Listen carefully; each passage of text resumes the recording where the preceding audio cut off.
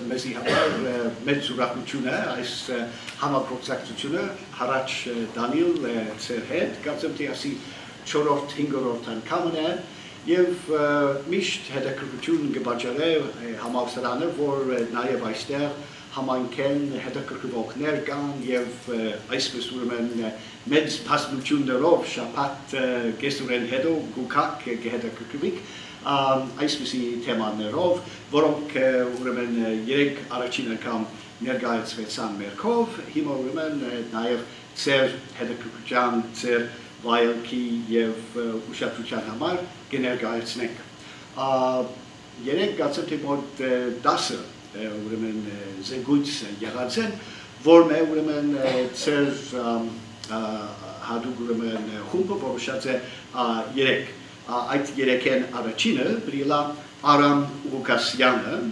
Aram Lukasian is a graduate student in Middle Eastern Studies at the University of Chicago. He received his bachelor's degree in English and history from UCLA in 2016. Thereafter, he taught at the AGBU Mari and Tamar Marubian High School in Pasadena. His current thesis project is a study of the 1862 Zaytun Rebellion, on which he'll be talking today, and its particular coverage in the Armenophone newspapers, both in the Ottoman and in the Russian empires. He is currently a FLAS, so that's Foreign Language and Area Studies fellow. So, Aram.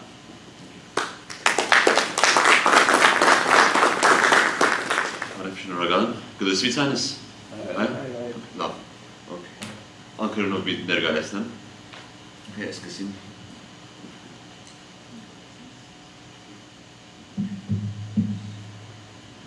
My paper, not good to see. Okay, My paper covers the way a battle between Armenian villagers and the local Ottoman governor's regular force was covered in the Armenian press in the Ottoman and Russian empires, like Professor Kalvi said. The battle took place in the summer of 1862 in a district called Zeytun, shown here on a map of Turkey, modern Turkey. In Armenian history, historiography, this event is often called the 1862 Zeytun Rebellion. First, a little bit about Zeytun itself, the town and the district. It's in the Taurus Mountains in southern Turkey, north of Marash. According to myth, Zeytun was founded in around the 14th century after the Mamluks took over Giligad. So a group of Gileadis basically went up to Zeytun and established the town. I'm not sure how true that is, that might be a myth. The district was made up of 10 villages. 6 of them were Armenian and 4 were Turkoman. The main town was also called Zeytun, and it was divided into 4 districts, and each one is ruled by Nishkhan, prince, I think. In general, I think Zeytun, we could say, is famous for being independent, autonomous from the Ottoman Empire for most of its history. Some scholars say that the reason why Zeytun was autonomous or independent was because in the 1860s, the Ottoman Sultan, Murad IV, by decree, as sort of a thank you to the Zeytuncis for helping the Ottoman government fight local lords, gifted them this sort of autonomy and, importantly, did not allow any Ottoman officers to go into Zeytun at any time or stay there. This was, again, 1620s. Even before 1862, the rebellion I'm covering, Zeytun's Armenians clashed with local Ottoman forces a number of times, at least 5 times from 1800 to 1862. But this one, 1862, is exceptional because in history, in the historiography, people after this who write about it give it more importance. It's more memorable, I think. So many historians of Armenian nationalism in that century, the 19th century, cite this rebellion as a major milestone, with some even using it to mark the beginning of the revolutionary movement in the Ottoman Empire. It's difficult to say because of the sources what actually happened during the rebellion, but what you can try to do, or what I've tried to do here, is understand how it became so important for Armenians in the Ottoman and Russian empires. Not exactly what happened, because it's difficult to say. And the way I did this, as the title showed, is through contemporary newspaper articles, so from the 1860s. So this project isn't complete yet, I should say, but in doing the research, I looked at 15 Armenian periodicals, newspapers, that were published in 1862 and the years following, All of them were published in Istanbul, Izmir, Tiflis, Moscow, or St. Petersburg. These articles, I think, provide insight into how Armenian readers living across these empires consumed the news coming out of Zeytun, as well as examples of how contemporary Armenian intellectuals and the reading public responded to the events and interpreted them. So taking together all these articles that I looked at, I think, challenged the idea that these people in Zeytun were rebels or that they had this revolutionary idea, but instead that their concerns were more local. They were more concerned with self-defense, not really against the Ottoman state, but more so they had local concerns about preserving their own autonomy. Thus, I argue that the way contemporary intellectuals and journalists interpreted the battle played an underappreciated role in the sort of myth-making around Zeytun. So this project it's pretty broad, it covers a lot of ground, so I'll just be discussing the first few months of the newspaper coverage. And I could ask questions afterward if you have more, if you're interested. So now the actual source material that I looked at. The first mention of this event is in an Armenian newspaper on August 1st, 1862, Meru in Istanbul. But that column was a response to a letter published in an English paper in Istanbul, you see it here, called the Levant Herald. This letter that was published in this newspaper was written by an unnamed correspondent from Marash and was dated July 13th, according to the calendar Armenians used. And it's pretty long, so I'll provide just a brief summary. Here's part of it on the screen. So according to this author, this writer, 500 Armenians had gone without reason to attack a Muslim village called Ketman, which is about 2 hours from Zeytun. And in this village, apparently, there was some disturbance, a slight disturbance. What this disturbance was, we don't know. It doesn't mention. And that the Armenians, who were, it says, of a decidedly bad character, used this disturbance, whatever it was, as an excuse, apparently, because they didn't like the people of Ketman, the Muslims who live in Ketman. And apparently, this writer says, they used it as an excuse to attack them. So in this attack, this apparent attack, 15 Muslims were killed, 12 were killed on the spot, 3 drowned in a river trying to escape, apparently. And then the writer says that after the Armenians conquered the town, they beheaded all the children and burned all the houses. So the article continues. News of this reached Aziz Pasha, who was the governor of Marash, and he quickly sent a part of his local army to go establish order. But by the time they got there, all they found was the corpses of the men and the boys, and found that the village was destroyed, basically. And then this letter, again, this letter by an unnamed person, ends saying that they have complete confidence in Aziz Pasha, this governor, and says that if the government gives him free rein, he could, it says, easily subdue the Armenians and end this violence. So obviously, I think it's clear that Armenian journalists weren't too happy about this article. So they responded, the journalists in Istanbul and Izmir. So Meru, like I said, was the first one to respond. And what's interesting is they actually published a translation of this article, the full thing. I won't show it here just because it's too much text. But they published a whole translation and also a counter-narrative. I think they said, well, here's what actually happened, according to Meru. So according to this article, in Meru, the Armenian article, there was some kind of fight or some kind of dispute between the Muslims of Ketman, that village I was talking about.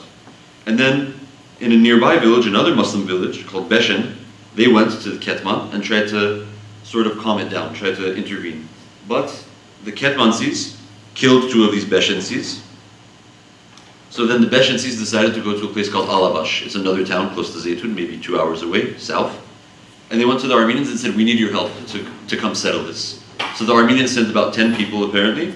They go to try to calm down the situation, but then 2 Armenians get killed by the Ketmansis. And then it says, again, the details aren't clear from this article, but after that there's another fight between the Armenians and these Muslims, and the Armenians win the battle.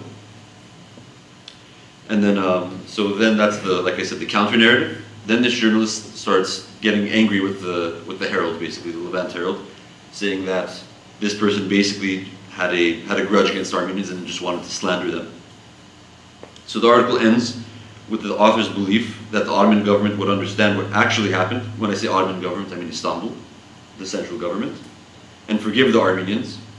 And the journalist also placed high hopes on the government, the paternal government, he says, in Istanbul, which would, he was sure, not allow its innocent people, the Armenians, to fall victim to the hostility of a foreigner, meaning the person who wrote that letter. The next response after Meru was in Masis, which is probably the most important Armenian newspaper in the Ottoman Empire.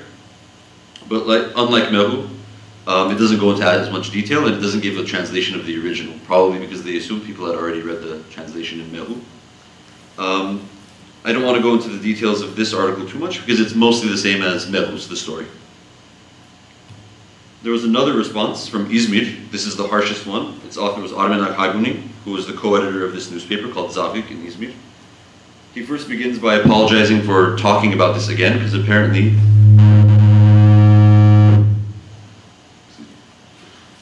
because apparently many newspapers had written about this. So he says, he starts his article saying, I apologize for writing about this so many times, but he thinks it's important.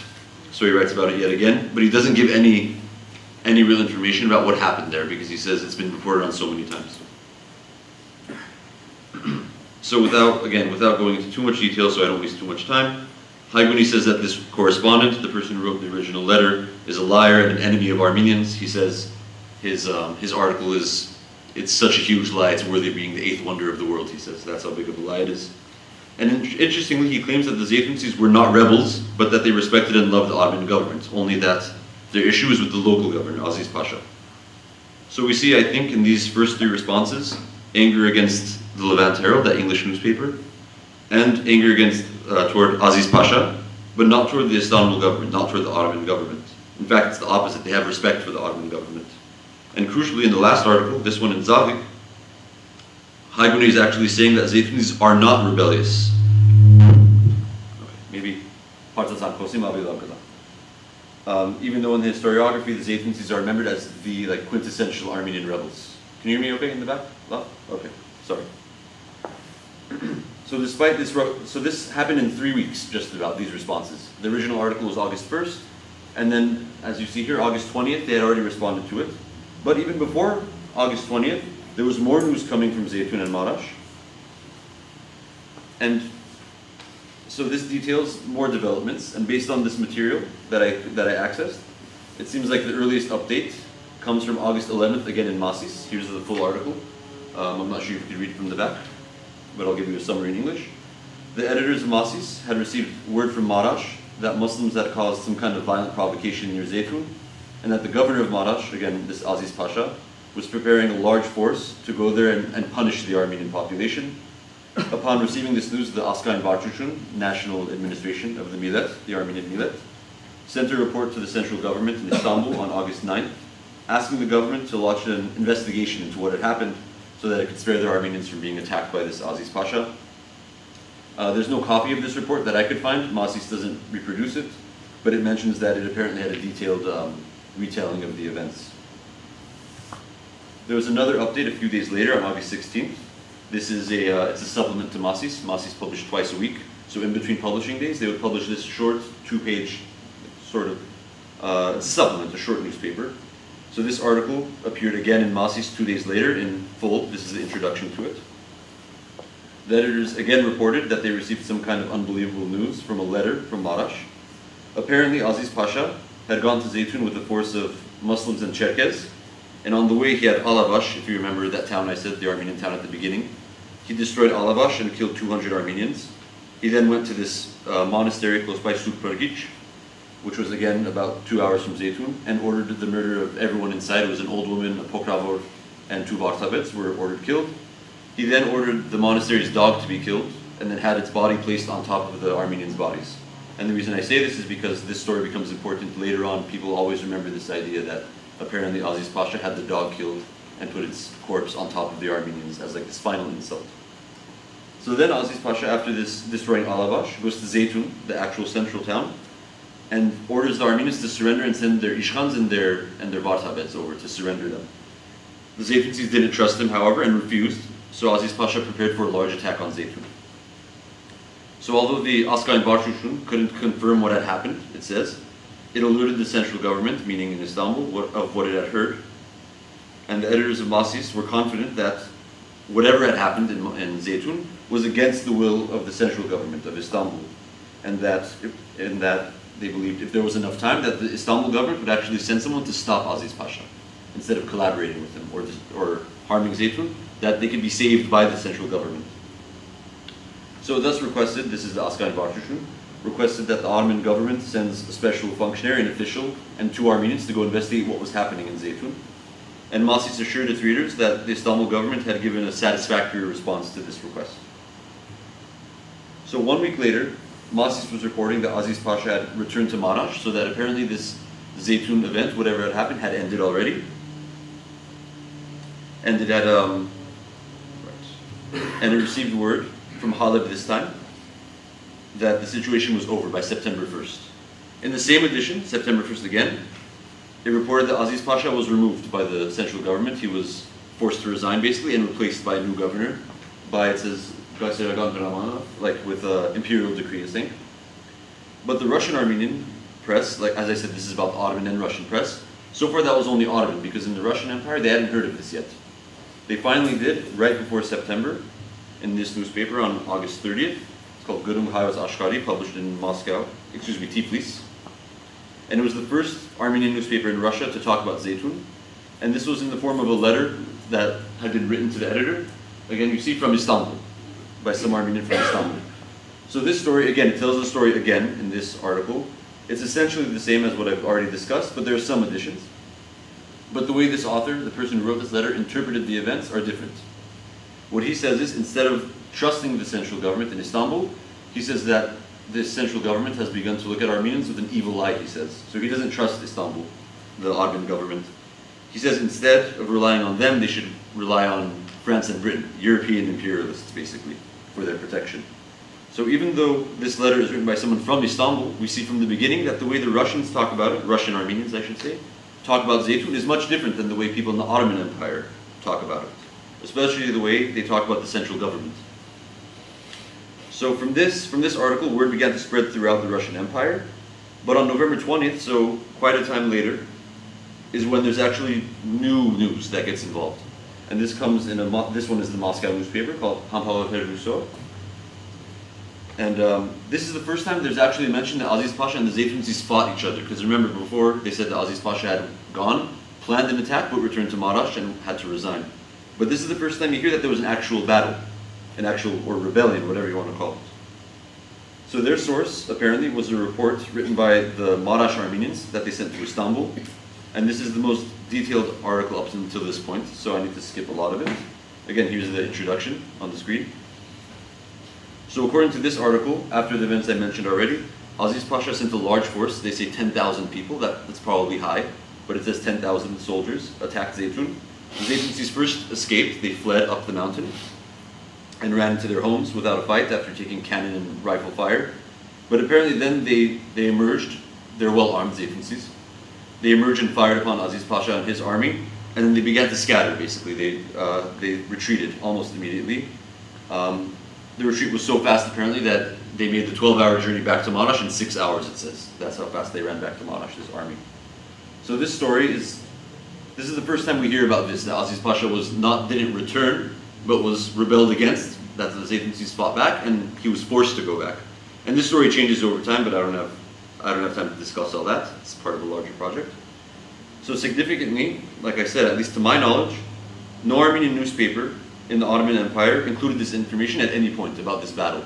They only said that Aziz Pasha reached Zeytun and returned, but never that he actually faced resistance. So why this is, I can make a few guesses.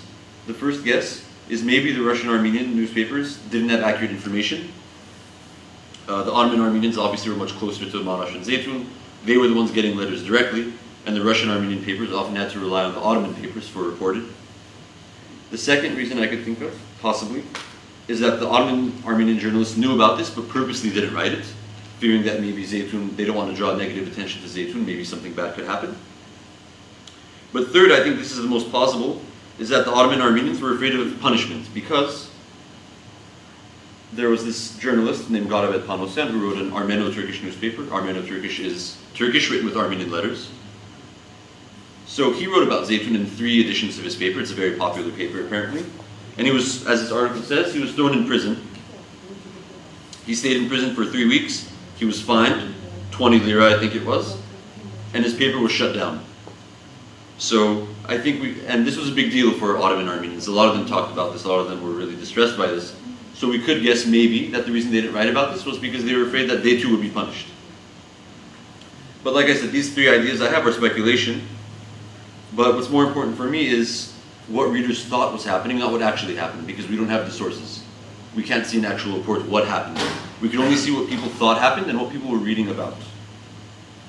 So in this brief discussion of my larger project, I've tried to show that the difference between the reporting on Zeytun at the beginning in the Ottoman Empire was different from what followed, especially in the Russian Empire.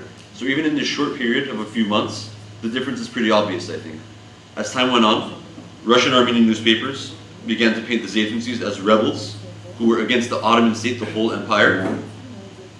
But in the Ottoman Empire itself, the Armenian journalists were saying that they were basically defending themselves against the local government, not the whole empire, just the local government.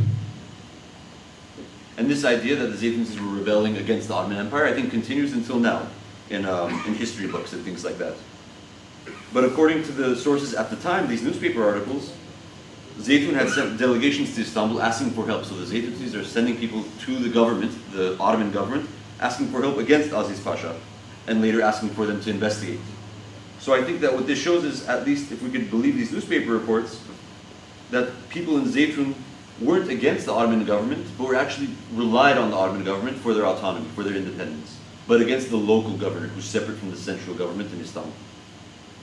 So following this battle, there was, for years, there were investigative committees formed, trials, imprisonments, negotiations, more delegations to Istanbul and Paris, and then finally in 1865 the story kind of comes to an end when the central government, in a way, takes over Zeytun and settles it, the whole area, not just Zeytun, but the whole area in Giligah.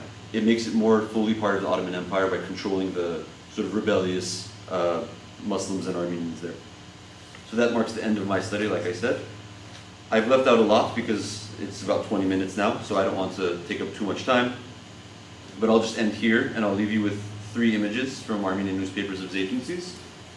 This one was published in Paris. In the front are 2 Ishkans, and in the back, one of their servants.